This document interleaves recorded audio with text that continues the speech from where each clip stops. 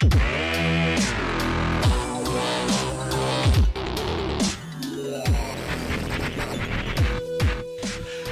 and welcome to New World Comics Podcast, episode 10, I believe. 10! Woo! I am Buck Berlin, head honcho of this thing, owner-operator, I guess the guy that seems important, I don't know. Joining with me is Stephanie Cerny. What's up? Voice of God, Brad Reed from Nerds to Men. Peace be with you. Yeah, and a very special guest, our most special guest, I'd say, my lovely wife, Keara. Hi.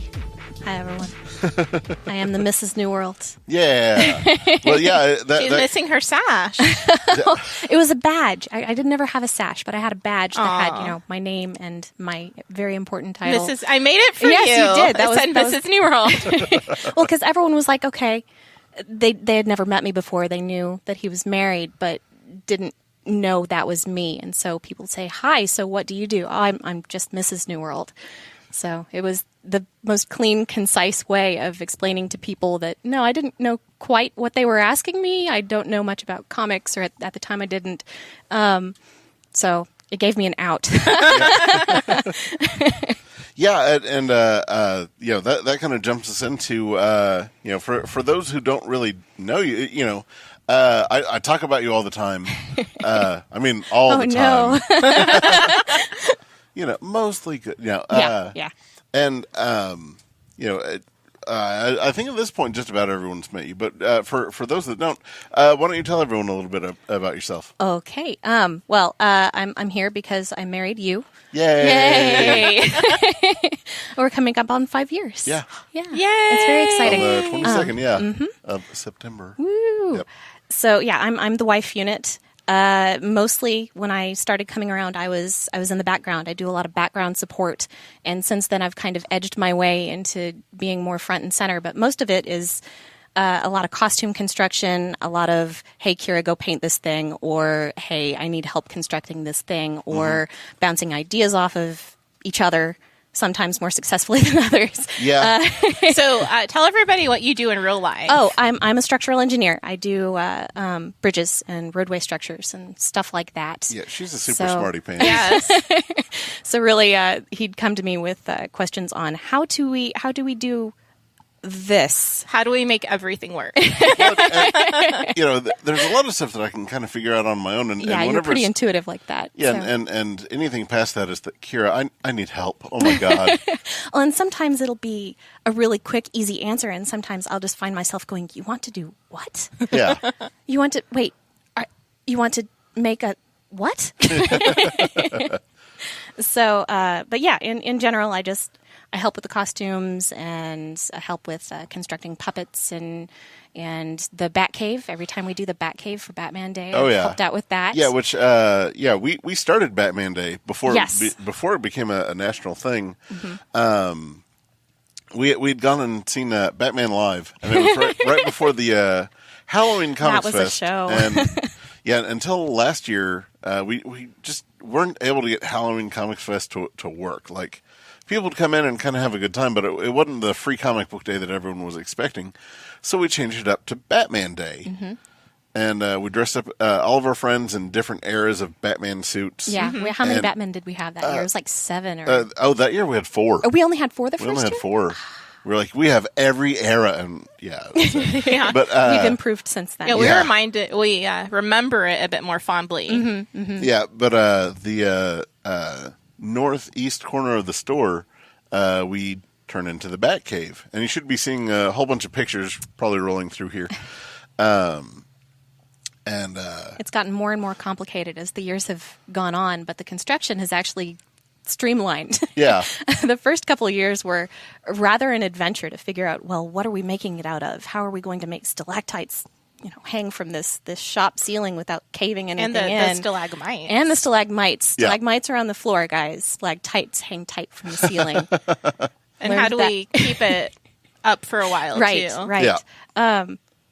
Yeah. And just the various methods of making stalactites that look realistic but were made out of crunched up brown paper.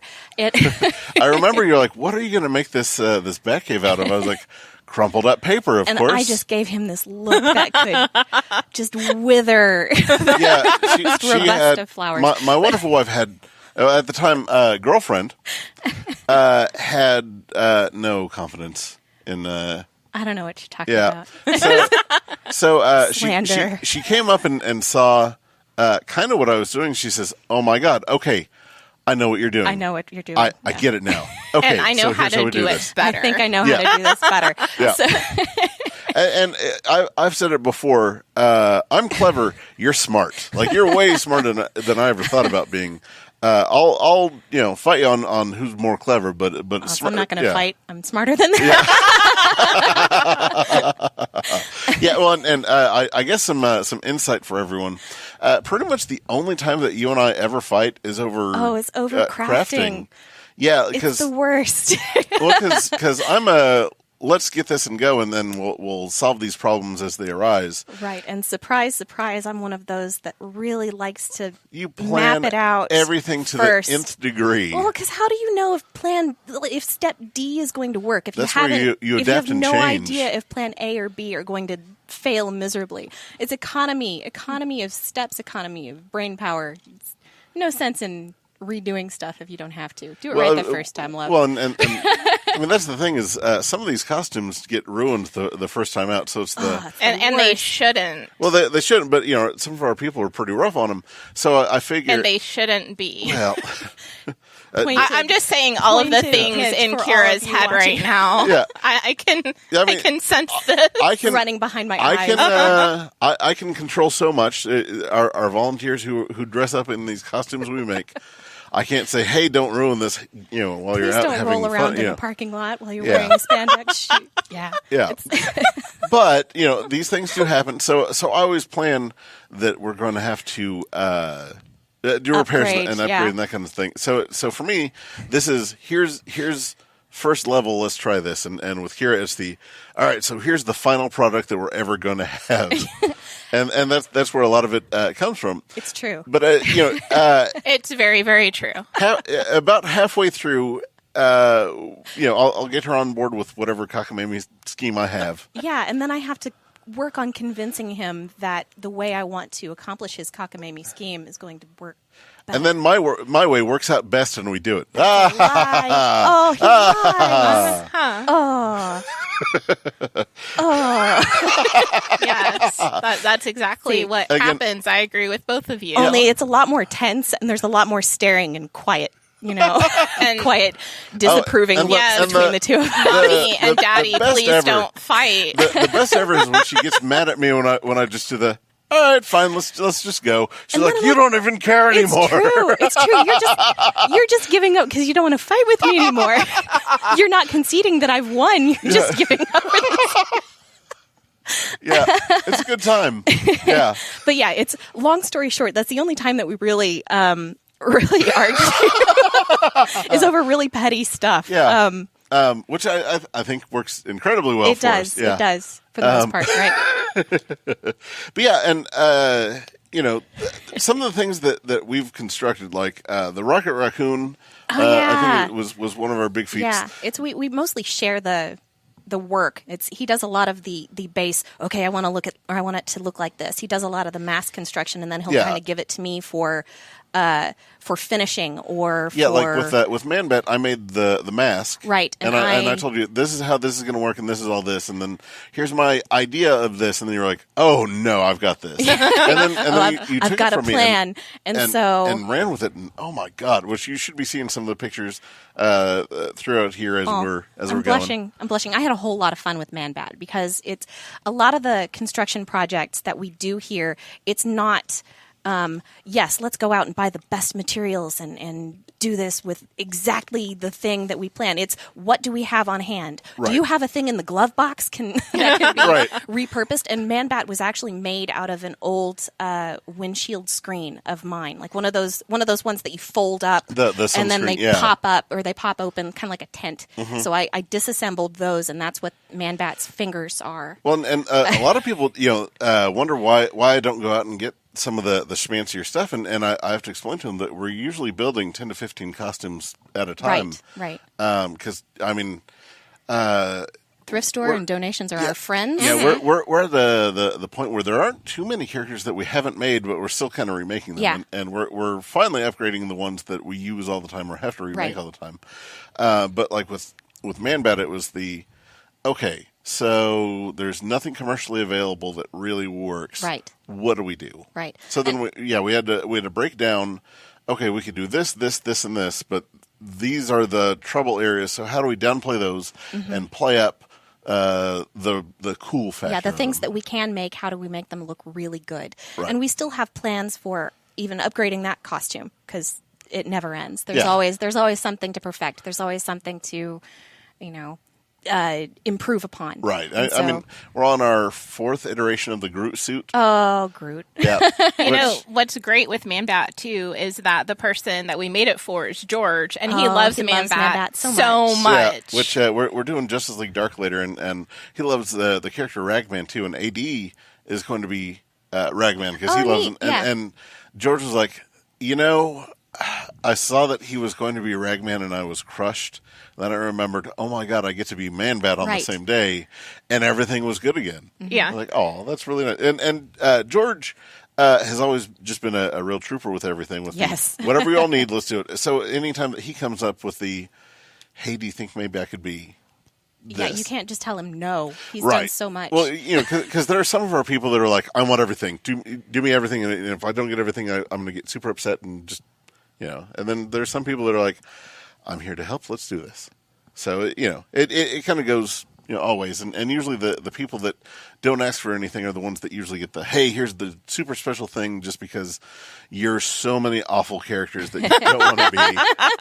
Yeah. Well, and here's your consolation prize. Yeah, here's your consolation prize. So, which, there for a while, when Superhero School really started taking off, I was making 10, 15 costumes a week. And I finally put my foot down. Right. And told him, stop it. He was never home. Right. And how many stars do you have to cut out of foam? Darn it. So it's funny when that seemed like a lot. Yeah.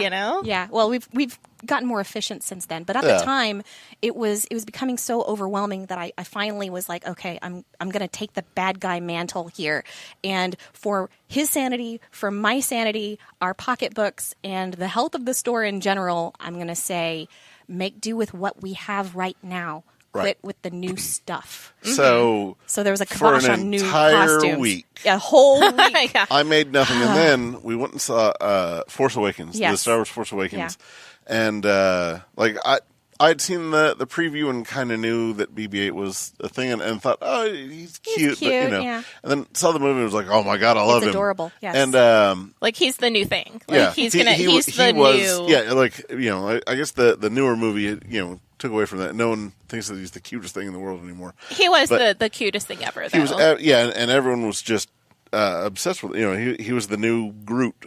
Everyone was after him. And they'd made a little Sphero toy that was about the size of a billiards cue ball, kind of thing.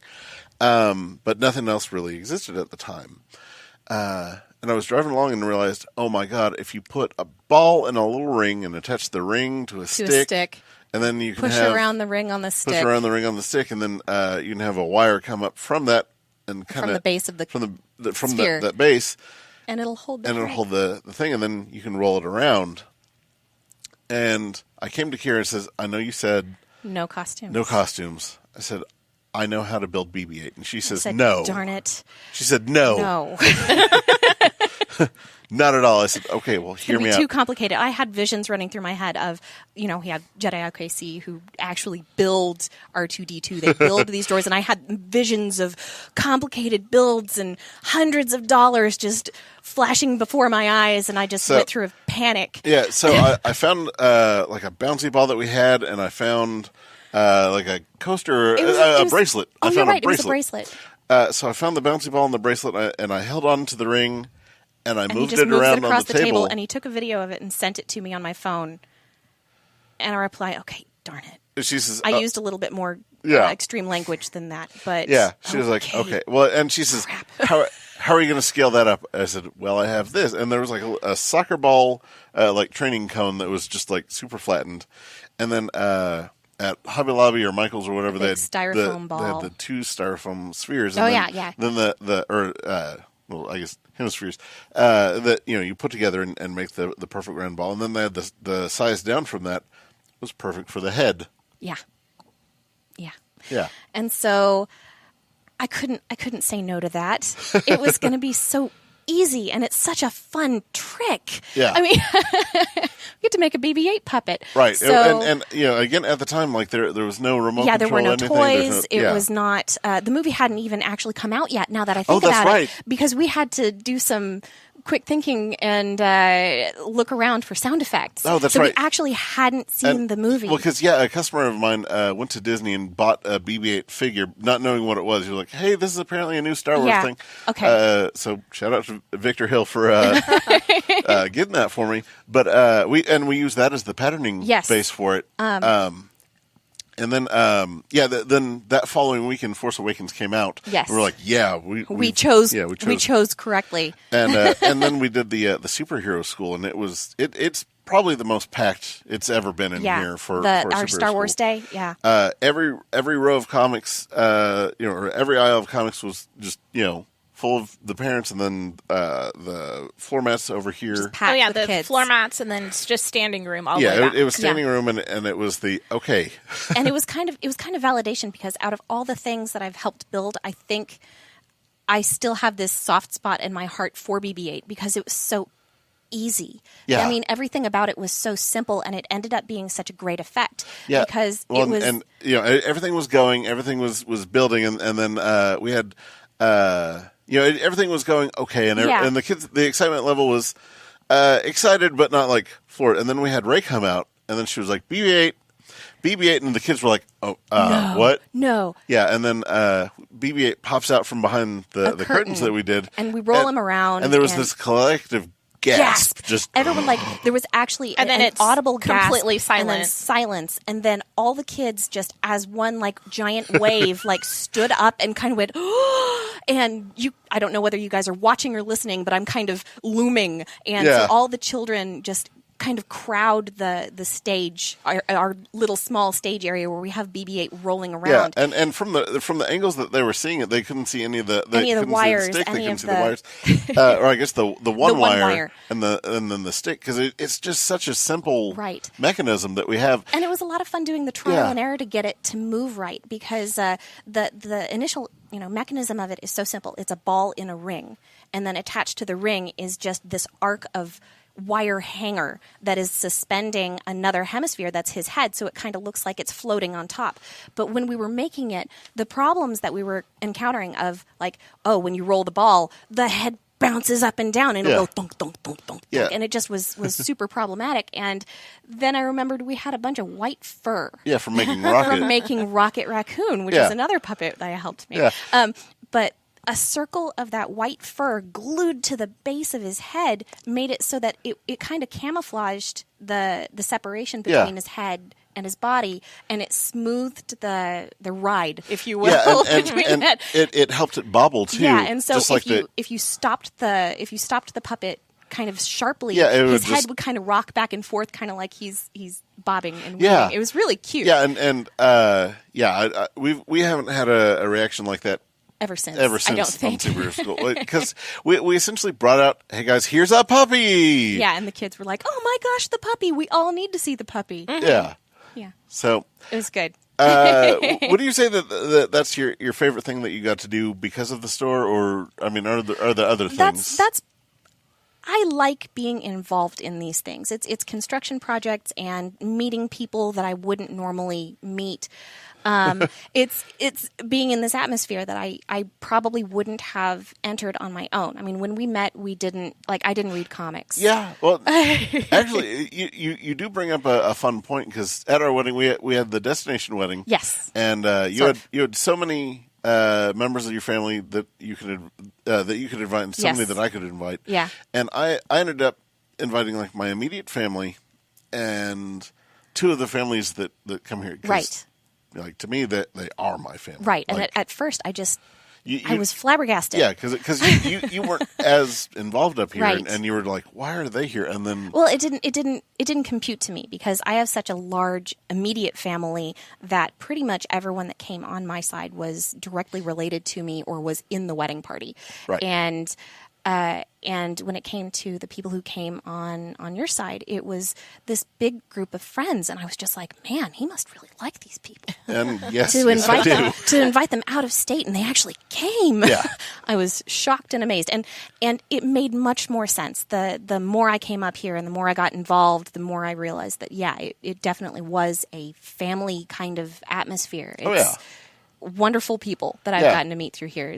That's really the highlight. Yeah, in any of my circle of friends, they are my family. Like I love them as much as my actual family. If they needed anything, I'm there for them. So it was kind of that. So when you say that, getting to know everyone up here, it's you really got to know. Yeah, absolutely. And I think that has been, as much fun as I've had in doing our charity events or helping with the con or helping with the Free Comic Book Day or Batman Day or something like that.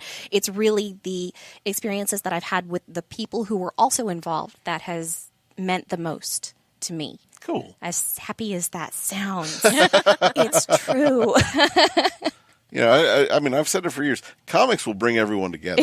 So eventually, and like I said, I didn't read comics. I guess that brings up to our other point that most people thought that like I found the girl that loved all the comics. Because it's pretty common now, but when we first started dating, that was almost unheard of. Like there were just a handful of girls that were really into it, and I never. I never forced comics on you. No, not once. It was one of those, you had your passion, I had my school, which at the time was eating my very existence. And there are so many people that come in here and say, oh, if you don't love these comics, then we just aren't going to work out. And it'll never work. Oh man, that's not the way to look at this at all. No, you don't have to share every single one of your significant other's interests. I think that would be boring. I love awful. you, but my goodness. Right, yeah. No, we don't live in each other's pockets. Right, mostly. Time away from each other gives you stuff to talk about later, Yeah. So, or at least that's been our experience. I know it's different for other folks, but I could see where someone might get a little sick of me. Hey, I didn't say it. You were thinking it though. See, if you're married like almost 5 years, telepathy kicks in, and you get superpowers. Wait, what? What? What about what? No, that's dumb. But yeah, so is that just the first dumb of the evening? Oh, so far. Yeah, we're not up to the level yet. I'm just saying. As other podcasts. Yeah. Dumb level can increase and decrease at will, and sometimes not. So, but yeah, back to the comics thing.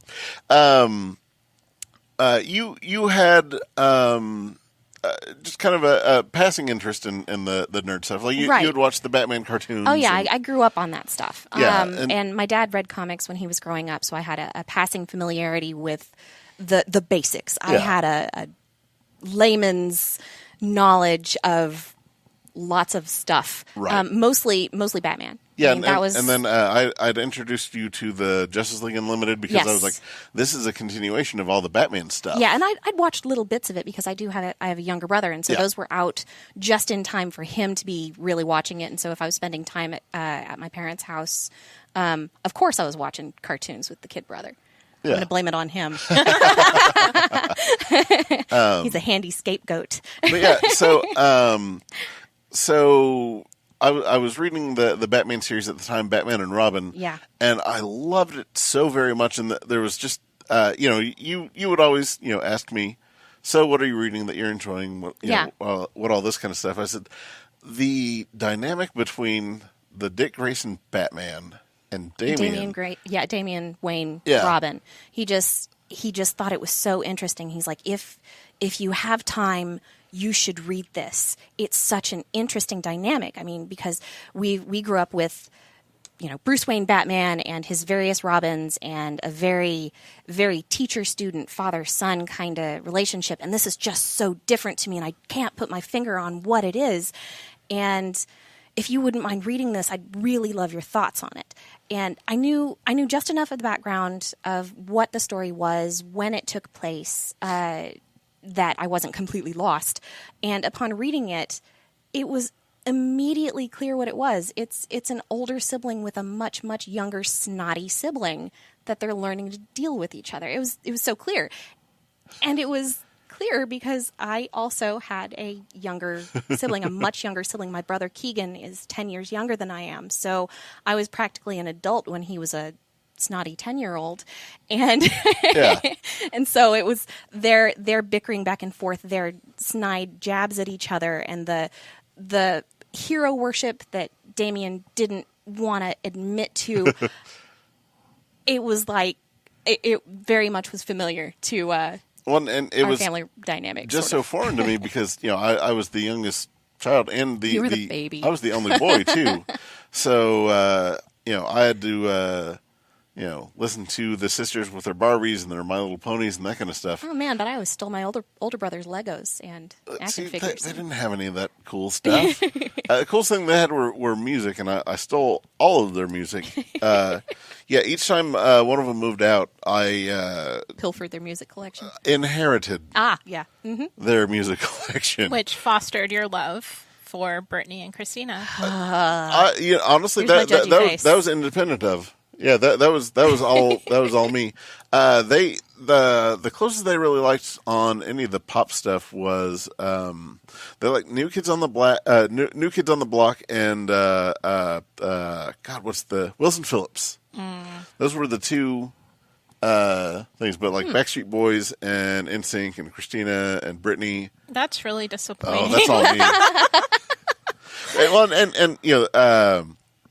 People that know me think that that's all that I listen to, but no, you can listen to a little bit of everything. I have. It runs the gamut of really terrible to less terrible. No, I have one of the most diverse music collections of people I've met, and that's not me just trying to talk it up.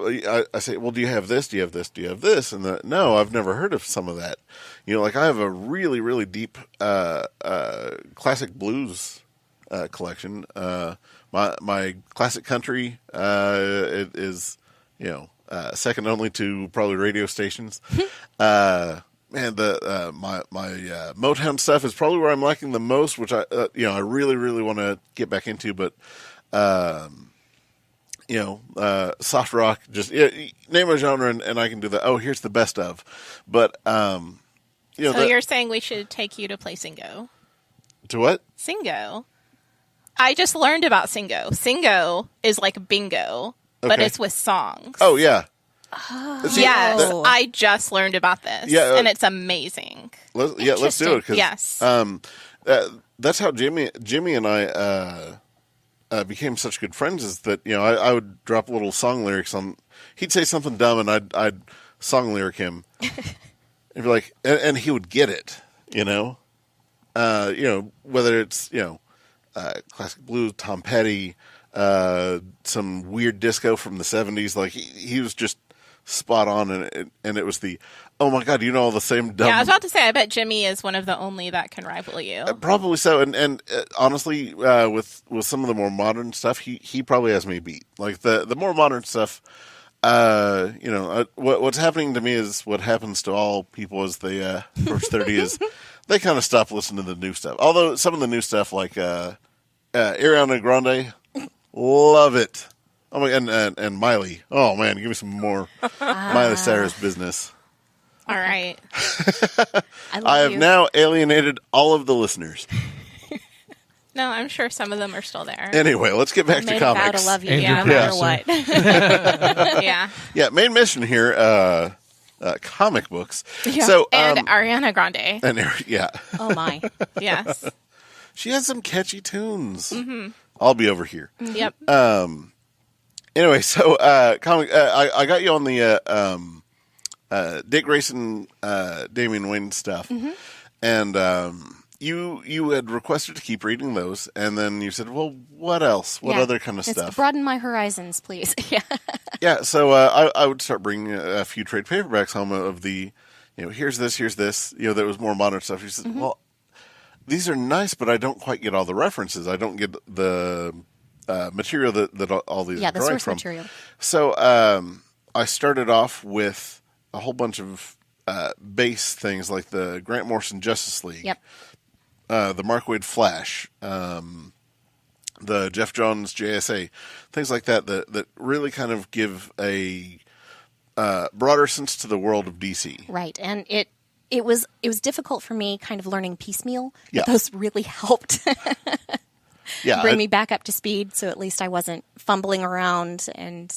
Yeah, because I've read just about everything there is on this stuff, and when you're trying to get someone into the world, a lot of writers don't usually bring people up to speed. They just kind of assume, and you'll catch up as you go, and that can be really frustrating to new readers.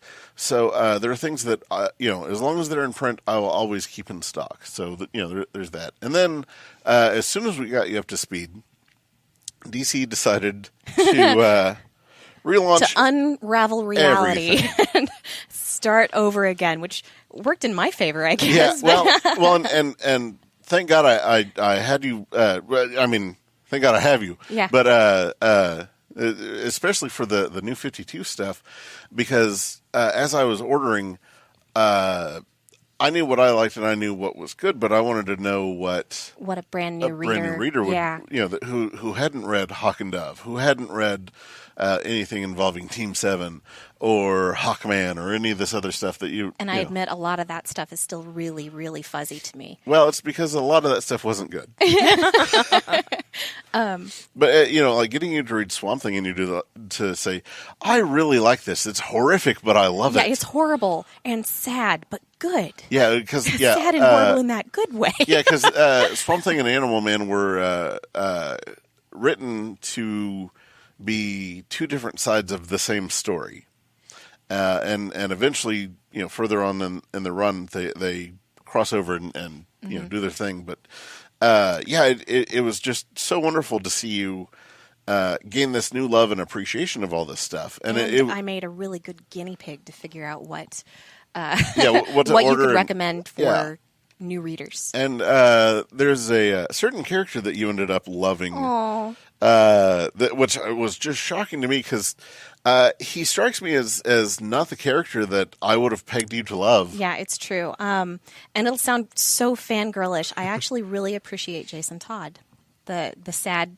rejected Robin, that everyone is like, he's garbage. And how dare this character exist? And he's kind of treated like a throwaway character, I think. And he really was until more recently. Yeah, and I think that a lot of my appreciation comes from the fact that if New 52 did anything right, it was consistent with some of the new character. Well, it took a character that had been, from what I have managed to glean from my piecemeal understanding of the pre-New 52 universe, was not treated consistently by any one author. Like every time a different writer got a hold of him, he was written completely differently.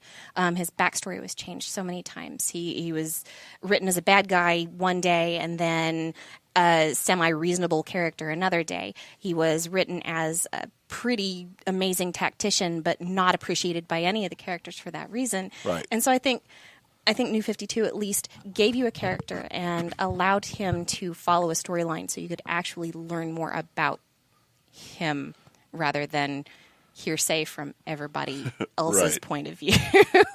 So I wouldn't say he's like my very favorite character. He's not my favorite Robin, but I appreciate Jason Todd for all the reasons that people think he's garbage. I mean, it's street trash. Oh, he's too violent. Oh, he's not smart. And you can make arguments against all of those things. He wasn't the angry Robin. Have you seen Damian Wayne? Well, yeah. I mean, up until Damien really came on the scene, he was the most angry, snotty Robin. Yeah, I was going to say you could point to some moments of temper tantrums for Dick Grayson too. I mean, he was kind of a snot, but yeah, but he was a smart alecky snot, so everyone loved him. Yeah, which I think one of the reasons that Grant Morrison did Damien like that, it was like, well, this would work incredibly well in the modern age, whereas back in the 80s, Robin isn't supposed to act like that. Like he had a role and was not playing that role. Yeah, well, and I think in the 80s, I think they were trying to find a character that was more in tune with the grungy youth. Yeah. So... and short pants say it all. And short pants say it all. Hey, he was wearing pants in some of those older issues. Yellow pants. Just because it was cold outside. So yeah, it is kind of a surprising character for me because I'm not really a fan of guns. I'm not really a fan of violence. But there's something about the character that gets forgotten or the character that is consistently underestimated. And when you read some of his storylines, it's clear that he's smart. He has a soft spot for strays. He loved school back when he was in school. It's all these little things that people just, discount because he's the Robin who got himself killed. Which don't get me started on victim blaming. But okay, so you say he's not your favorite character. I'm going to put you on the spot. Who is? Tim Drake. Oh, he's my favorite. He really is. And see, he's my Robin. Yeah, he's not my Robin. I think I grew up with the Dick Grayson Robin in the cartoons, and in that Batman the Animated Series, the Tim Drake Robin in that was such an amalgam of different Robins. It was a mix of Tim and Jason. Yeah. That I relate to that, and that's not Tim. Oh, that's Jason. very much Jason. Yeah, and there you go. Fair enough. Yeah. I was reading Robin, back when, he was coming out. It's really weird to me that he's kind of the forgotten Robin now. Like they don't know what to do with him. Like, yeah. He's Red Robin. Yum. Yeah. So, it's just so sad for them to let this wonderful character flounder because he's so smart and driven, and Batman has said on multiple occasions he's a better detective than I am, and in the old Teen Titans comic, I say old, which is I guess it is now, but Tim would like steal the Batmobile, and everyone would say, "Oh my God, what are you doing?" He says, I'm borrowing this and I'll bring it back. It's we're doing what we have to do. He said, well, what are you going to tell Batman? Well, that crime happened. Like, you lied to Batman? He says, yeah, I lied to Batman. And you're the one who actually you have started collecting for me Tim Drake's Robin run, right. And it was up until that point I was just like, no, Jason all the way. I have this big mushy soft spot in my heart for Jason Todd for forevers, even though that makes me sound like such a fangirl. But it's okay. Upon actually reading the Tim Drake Robin issues, he's a relatable character. And honestly, like there's some of those issues, the way that he was dealing with his girlfriend and the way that he was dealing with Stephanie Brown, a lot of that shaped how I my outlook on relationships with women and how to treat girls. So I can thank Tim Drake. Yeah, definitely. Well, because yeah, there were just instances where he was just a stand-up young man and didn't let social pressures get into it. It was just kind of a nice, okay, that is how you treat women. Thank you, comic books. Well, and see, I love this because to me, the Robins are way more interesting than Batman. That sounds so lame, but there's an issue of the current Batman run. It's I think in trade 2 or 3. We'll arbitrarily throw out issue 8 and probably show it here, maybe. If not, I'm waving my hands like a magician. And it's all the Robins in a diner. Yeah. just kind of having this discussion of what it's like to be a Robin, and Damien's being a jerk to Jason. Yeah, and Jason's like shoving his head over, acting like siblings do. Yeah, and Jason's eating like a Joker burger or whatever. His fries were Jokerized. Oh, that's right. Because if you die, you've got to make fun of it. Because yeah. And what else do you do? And cry? Poor Duke's like, I don't want to die. Do Robins die? And like Tim at the time was he was disappeared, dead. And I say that with dead, the quote quotes. unquote. Yeah. So he was like, I don't want to be a Robin. I don't want to die. So it was probably one of the nicest scenes I've seen in any of the Batman books. Like, Yeah. I don't understand why we don't have a Robin book right now. Mm-hmm. Just in general. In general, yeah. Mm-hmm. So, speaking of Robins and things like that, what do you, when you read a comic, what do you love most about them? Or adversely, what do you hate the most about them, or dislike the most? Oh, that's easy. Inconsistencies. Yeah. And that has that has been almost my downfall with reading of comics is inconsistent treatment of stop that. Inconsistent treatment of a character, handing it over from one author to another, changing things on you without reason, like unrealistic personality changes, unrealistic reactions. I mean, if you're given a character, to me, you should be a steward of that character. And that's honestly kind of how it was up until the mid to late 90s, Mm-hmm. was that you were given a job, and an editor would typically come to you with this idea: hey, I want to see the X-Men go this direction. I want to see Batman go this way.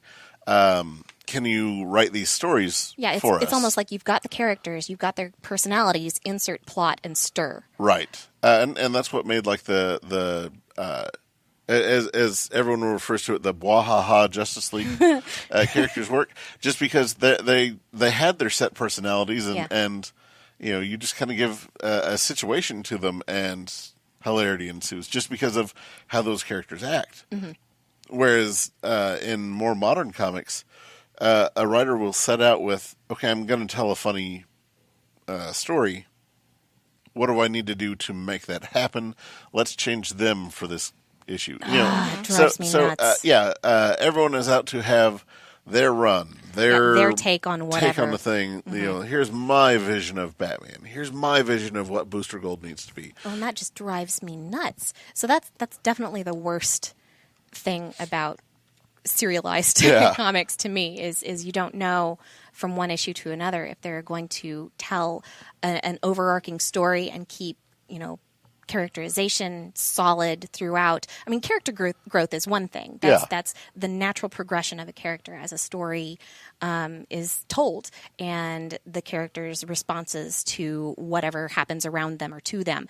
But just willy-nilly flip-flopping their personalities on me, I just hate that. Or comics that will actually contradict themselves. Mm-hmm. That drives me insane. So you mentioned all these things. And there's something that I've been saying since probably episode 1 of this this here podcast, was how great Mr. Miracle is, and how I see it as the best representation of married life I've seen yet. And I've had a few customers come back and do that.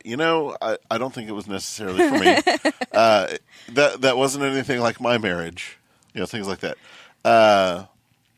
But someone came in and said, what does your wife think about this? So I had asked you to read it, and we're still 2 issues away from it being done. To give you all a time frame, if you all are listening to this after 10 out of 12, is that how that is? Yeah, it's issue. Yeah, you read 1 through 10, and we have 11 and 12 left to go. So I had to ask, what did you think about it? What did I think about it? Oh, my unvarnished reaction here was actually I really loved it, and it was to me it represented goodness gracious, it represented what I love most about comics at their best is they can be so true to life, even in such a surreal situation. And what you were saying is it's a good representation of what married life is like. And and I guess I don't know if that just I don't know whether that speaks more to our marriage or what, but yes, they'll be fighting bad guys, and then they'll have these quick little snips at each other, and it's mostly good natured, and it's just like, oh, you left stuff on the floor, and how dare you, and then punch a guy. We don't actually do the punching, but in the comic book, something I've been meaning to tell you. No. But it was surprisingly true to life. It was relatable. Despite it being fantastical at the same time. I think it says more to the people who says it doesn't relate to their marriage. That's a really good point. I mean, I think to be fair, really... I don't know if he wants me to name drop it, but he said, well, I am divorced, so.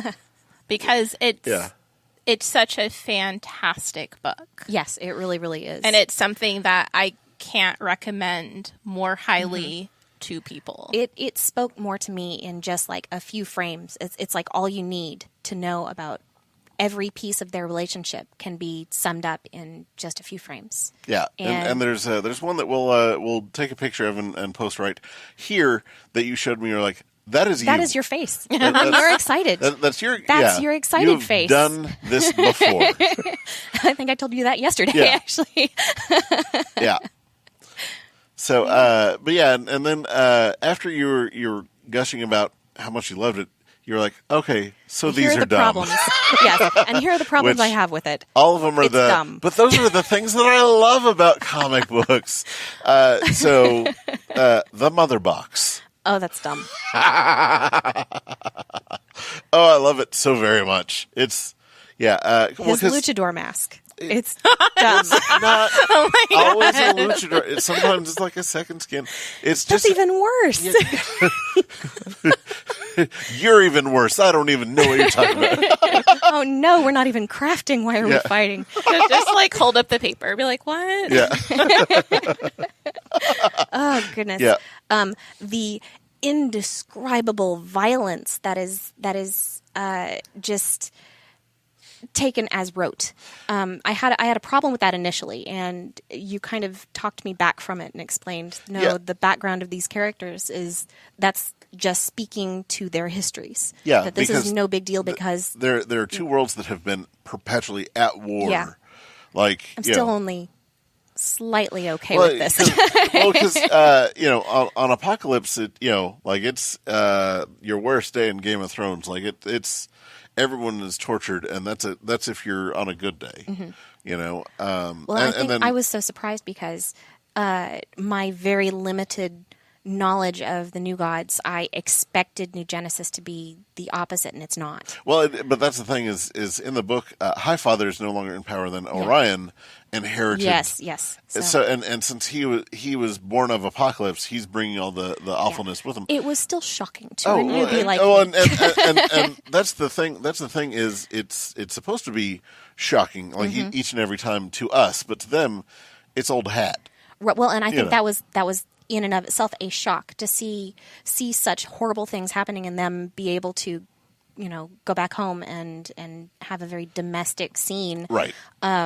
Like it's nothing. So that kind of messes with your head. And it speaks a lot to the writer that he is able to do this. And it's gut-wrenching. The switches are gut-wrenching. And I found myself getting really emotional while I was reading these comics. I wasn't expecting to be because I know nothing about these characters. I didn't before. I do now. Well, I mean, because the most you'd heard was because for years I've been like, Scott Free is one of my favorite characters. If I can find anything with Mr. Miracle on it, we have to find it. Yeah, you're like, T-shirts, coffee mugs, hats. You're you like, don't wear Mr. hats. Miracle or Scott Free? Which one is it? I was like, his name is Mr. Miracle. He's an escape artist by trade, and his real name is Scott Free. And I said, he's that's an escape dumb. artist. And Scott Free, you're like, that's dumb. I was like, that's what's great about comics. So, I think that'll do for most of the thing, but I do like to end these things on a good story. Oh. And I have chosen the construction of Dre's Black Panther costume. Oh no, that is one of the most blush-inducing I mean, only half the listeners will see you blush just because they're listening to it. Those on YouTube and Facebook will see you blush. So Yeah. we'll wind this up a little bit and say, what does it take to make a Black Panther costume for a shop like ours? And that is a skin-tight spandex suit and muscles that are made out of craft foam and floor mats that have been carved and cut and dremeled down to and shape. Heat molded, yeah. And where do these armor pieces go? They go all over. They go all over, including some very interesting pieces of the person who's going to be wearing this suit. And what does my darling husband do? He says, "Hey, Keara, you have steady hands. So you wouldn't burn my friend's tender pieces, would you, with that glue gun?" I said, "Okay." All right. So to set the stage for this, now that I have that, I had gotten a phone call a couple of months before that asking if the shop had ever done any kind of event, and I said, yeah. The lady says, "Well, I've got a couple Power Rangers that have never done a signing before, but one of them lives in Oklahoma, and one of them is going to be there that weekend. Is there any way that y'all could host a signing?" I said, "Yes, we definitely can, because we've done events like that before."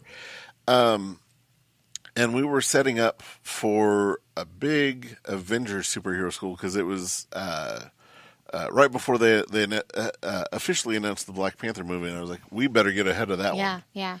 So I designed the suit, and I talked to my buddy Dre.